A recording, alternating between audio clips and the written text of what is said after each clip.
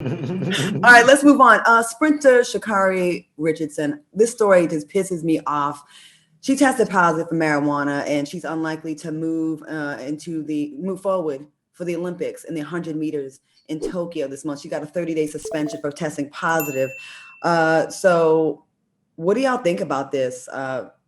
She won everyone's heart. Everyone's just been kind of like cheering for this lady. She came out of nowhere. Are y'all shocked about this or not? I'm hurt. I definitely am hurt, right? Because and it's weird because rarely am I double-minded, but I'm really double-minded on this, right? On one token, we've got this whole push for legalization of marijuana. Opinions and attitudes have changed. I remember when I was growing up, smoking weed was considered doing drugs. I grew up in it, that's doing drugs. It's not considered doing drugs anymore. It's medicinal. It's this, it's that. So we've got this movement going on. And so it's kind of like in the grand scheme of life, it really isn't a big deal.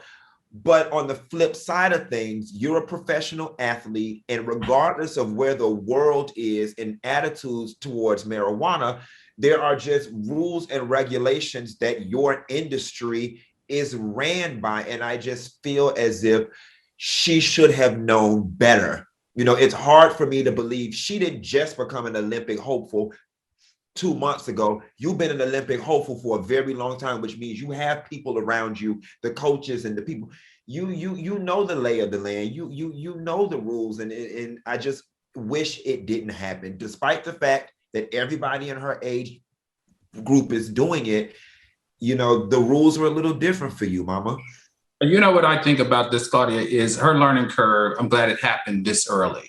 It's going to be, 90 degrees, obviously. But the good thing, she has a great agent, Ronaldo Nehemiah. We know that Ronaldo was also the agent to Justin Gatlin when he tested positive for enhancement drugs. And you see how he birthed that incredible talent to having a 20-year career in track and field. And hopefully we're going to see him nurture her and birth her through this a little bit of a controversy. And in my opinion, it's time that they redo the rules as it relates to cannabis. And I agree, as long as it's not a performance enhancer, then what's the problem with people smoking marijuana?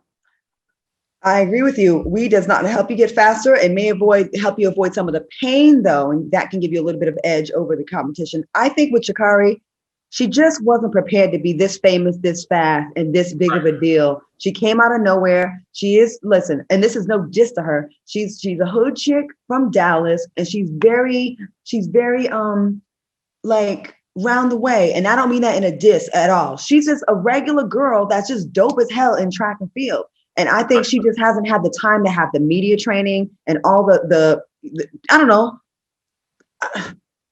She's just not savvy yet. And also, she's had a lot of struggle in her life. And I feel like she probably felt like no big deal. She smoked some weed. Am I making an excuse for her? Kind of, because I really want to see this Cinderella story, end on a positive note. This girl, I follow track and field. She came out of nowhere in track and field. I haven't seen her around in a long time. So we're going to talk more Olympics after this. We have to take a quick break, and we'll talk more because we have another Olympic story to talk about that is very controversial. We'll be right back.